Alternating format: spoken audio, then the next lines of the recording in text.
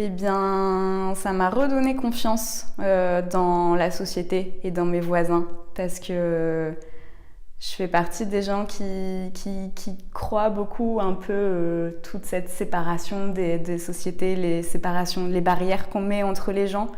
Et je pense qu'on est tous...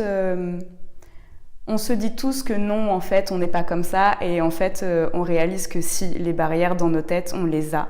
Et on fait bien des différences entre les gens et entre nous et entre d'autres gens. Et en fait, ça m'a bien montré que, en fait, on est tous pareils. Et ça m'a redonné confiance parce que j'avais fait...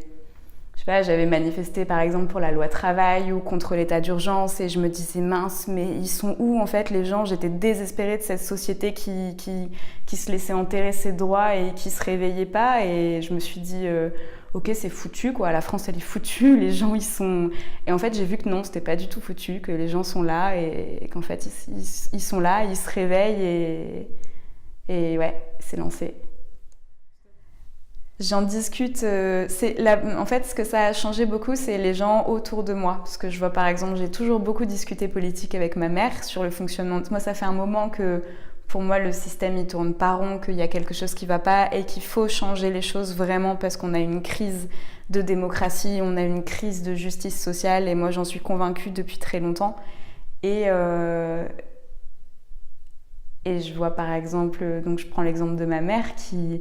Elle était là, oui, ça va mal, mais bon, ça est toujours allé mal et en fait, c'est comme ça, on s'habitue bien, on va pas changer les choses.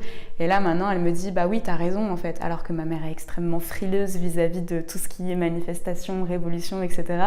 Et là, elle en vient à me dire, mais t'as raison, en fait, il faut faire quelque chose, c'est plus possible, ça marche plus.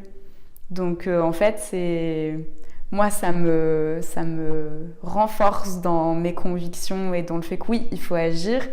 Et autour de moi, les gens, ils sont en train de dire « Ah bah oui, t'as raison » et ouais, on en parle, c'est bien.